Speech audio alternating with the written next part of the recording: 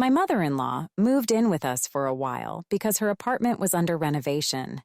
Since she couldn't make up her mind about anything, that renovation seemed like it would never end.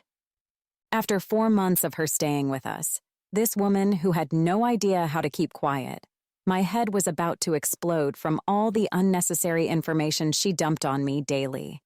My tongue was sore from constantly having to respond. The only silver lining I saw in her presence was that she might help with the baby. But no, turns out she didn't come to help. For her, this was a vacation. All-inclusive, first-class service, complete with entertainment and the added bonus of getting to boss her daughter-in-law around. In her eyes, this was a dream vacation. I'm a non-confrontational person by nature. It's easier for me to just do what's asked of me than to get into an argument. In some ways, my mother-in-law wasn't wrong to think of me as a pushover. I never argued with her, not even when she spouted complete nonsense. So when she decided that her son should only eat eggs for breakfast, despite the fact that he hated eggs, I dutifully made him eggs every morning during her stay. If he had an issue with it, that was his problem.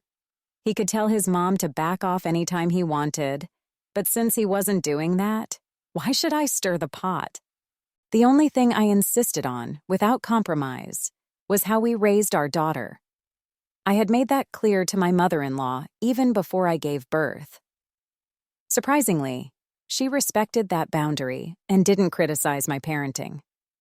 But in everything else, she was a real handful. After 4 months of living under the same roof, I was so fed up that I started considering moving in with my parents until her renovations were finished. I dropped hints and even outright asked her when she was planning to go back to her place. Her responses were always vague. "Oh, I don't know when it'll be done. The paint color was wrong. It's not what I picked from the catalog, so they'll have to redo it before I can leave." The workers did a horrible job with the tiles, probably drunk. I fired them, and now I need to find new ones. Once they're done, I'll be out of your hair. Can you believe it? The toilet hasn't even been delivered yet. Once it's in, I'll leave. How am I supposed to live without a toilet? There was always some excuse. One day, she told me, "You don't know how lucky you are with me. Do you know what kind of mother-in-law I had? The worst. I'm still afraid of her, even after all these years. She made my life a living hell. Ugh, it gives me chills just thinking about it." Without realizing it, she had given me a great idea. Who keeps a mother-in-law in check? Her own mother-in-law, of course. So I didn't waste any time. I called up my husband's grandma, my mother-in-law's mother-in-law, and invited her to stay with us for a week. I just conveniently forgot to mention it to my husband or his mother. The next morning, my husband was at work, and my beloved mother-in-law was once again giving me unsolicited advice on how to properly care for her precious son. Then the doorbell rang. She narrowed her eyes at me and said, "Who could that be? Who's coming here while your husband is at work? You're a married woman, remember that?" She marched to the door, gleefully rubbing her hands together, clearly expecting some man to be standing there. She flung open the door and said, "Well, who do we have here, visiting a married woman?" "Tammy, just 5 minutes ago I was thinking about you, passed by a dumpster and immediately thought of you. What are you staring at? Get the kettle on and make me some tea. I brought cake, but it's not for you. It's bad for your health.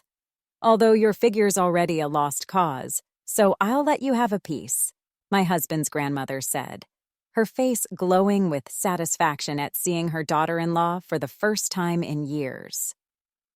As if by magic, my mother-in-law's home renovation was suddenly completed that very day. She hastily packed her things, said her goodbyes, and was out the door in no time. Thank you so much for coming," I gushed to my husband's grandmother, saying, "I'll change the sheets for you and you can settle into the guest room." No, I'm not staying. I know why you invited me. Tammy was driving you nuts. Well, I did my job. Now get me some tea and I'll be on my way. But if you need me again, don't hesitate to call," she said with a sly grin. Now, I looked to the future with a sense of relief. The thought of my mother-in-law's future visits no longer fills me with dread because I have a powerful new ally, my mother-in-law's mother-in-law.